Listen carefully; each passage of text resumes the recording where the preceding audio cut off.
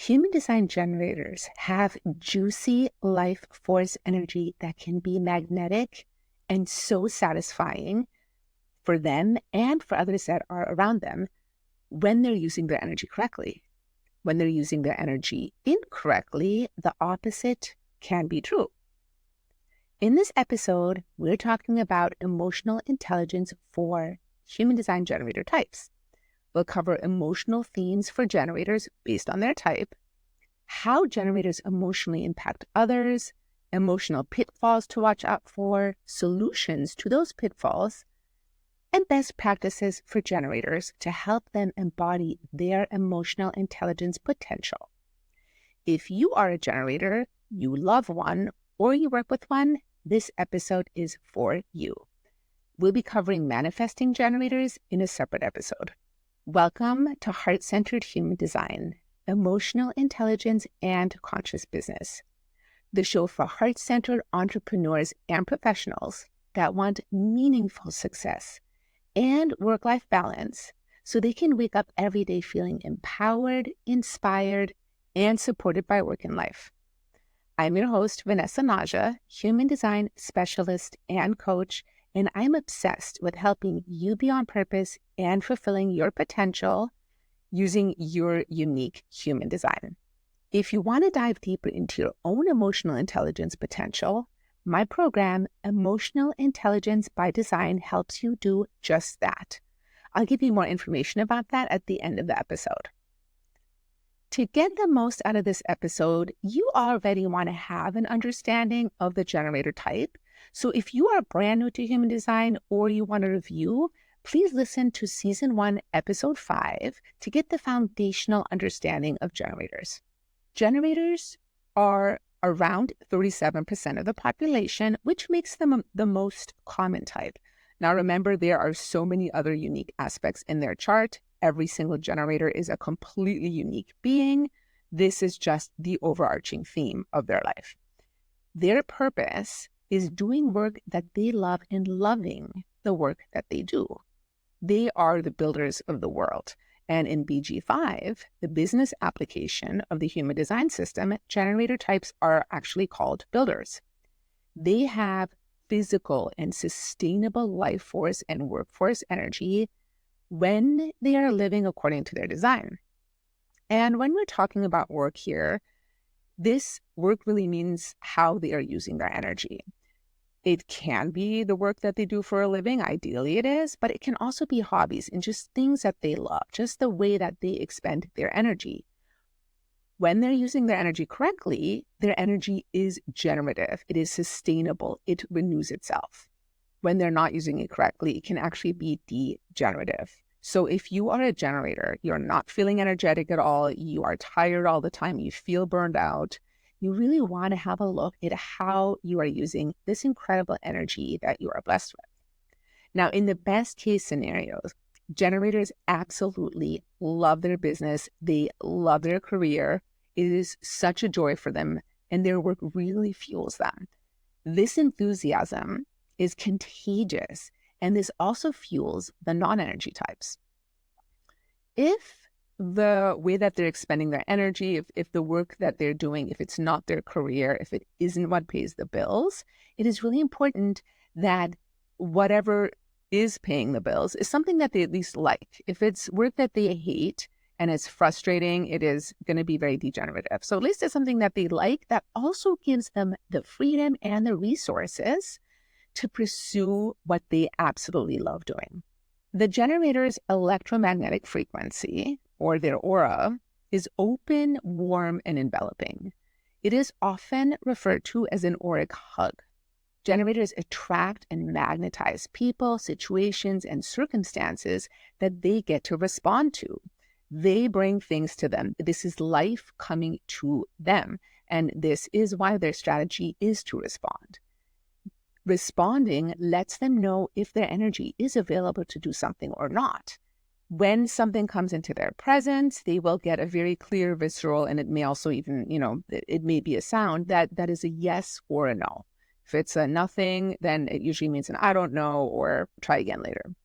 When they are using the energy resource correctly, they are responding, they are agreeing to do the things that they love to do. Again, this energy is generative and it creates satisfaction, enthusiasm. It is contagious and others love it. When they're not using their energy correctly and they're constantly agreeing to do things that they do not have the energy for, that they got a no response for, again, this is going to be degenerative. It's going to be exhausting. They are prone to be burned out and they are going to be frustrated a lot. Because of their open, warm, and enveloping aura and their capacity for work, it is really easy for people to ask them for things. When people ask them for things, they get to respond. Having really clear and healthy boundaries is absolutely essential for generators, or they can get taken advantage of. And again, that's going to lead to resentment and frustration. The other party isn't necessarily doing that on purpose. This can be a very unconscious or subconscious thing, but it is part of the generator's aura. And generators that are always saying yes when they want to say no are basically training other people to ask them for things because they're always saying yes. So learning to say no, learning to honor that sacred response is absolutely vital because that resentment and that frustration is not good for your relationships. And that includes your love relationships, your family, your friends, your colleagues, your clients. It's going to affect your career and your other relationships as well. Learning to listen to and honor their sacred response and say no when the response is a no is really important. If the generator has people-pleasing tendencies or codependency issues, and many of us do, this is not just a generator thing, but with that generator, it's such an important area to work on. There are a lot of different factors in the chart that can point to this. In my program, Emotional Intelligence by Design, we're going to go deep into these aspects of your chart and really help you work on deconditioning that so you can live in alignment. As a generator in your deconditioning process, as you start to not give your energy when you get that no response, you're going to experience some pushback. People are so used to you just saying yes and doing everything for them, and they're going to have some expectations and they will likely be disappointed. And this is totally okay. This is part of the deconditioning process. It's super important for you to put yourself first.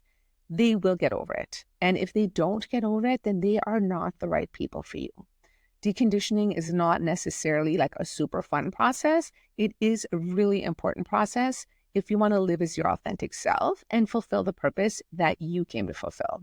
You living in alignment with your design is absolutely worth going through this deconditioning process, and eventually you're going to have a much healthier impact on others. You are going to draw in the right people, situations, and circumstances to respond to. And you people pleasing and saying yes to things you want to say no to is really not good for anybody.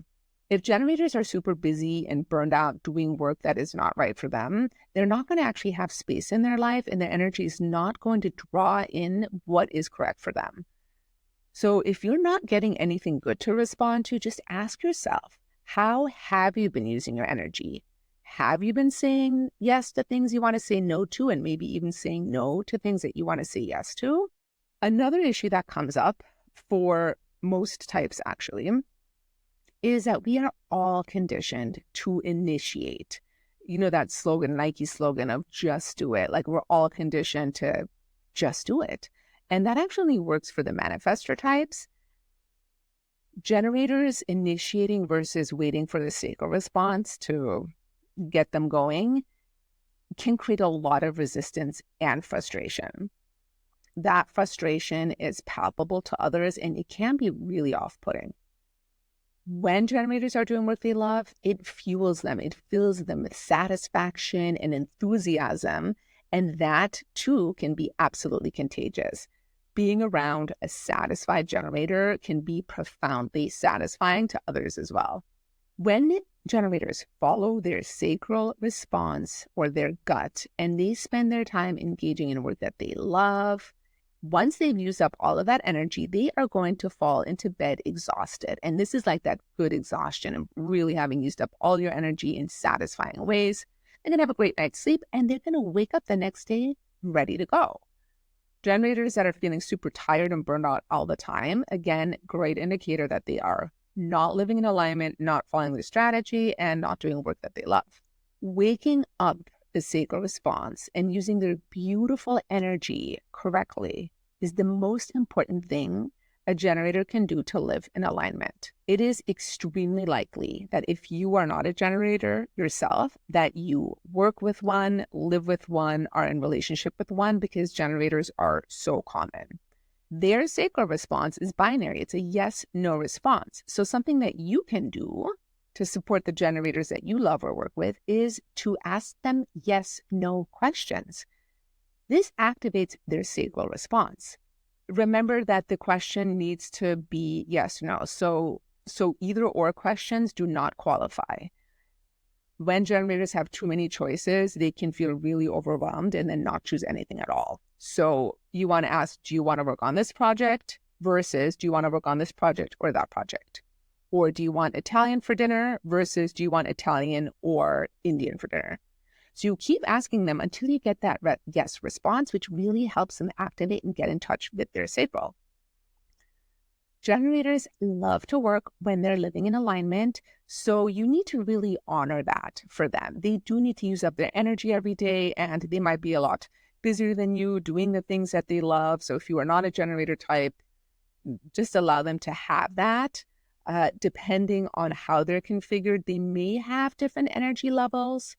Not all of them are the Energizer bunnies that we make them out to be.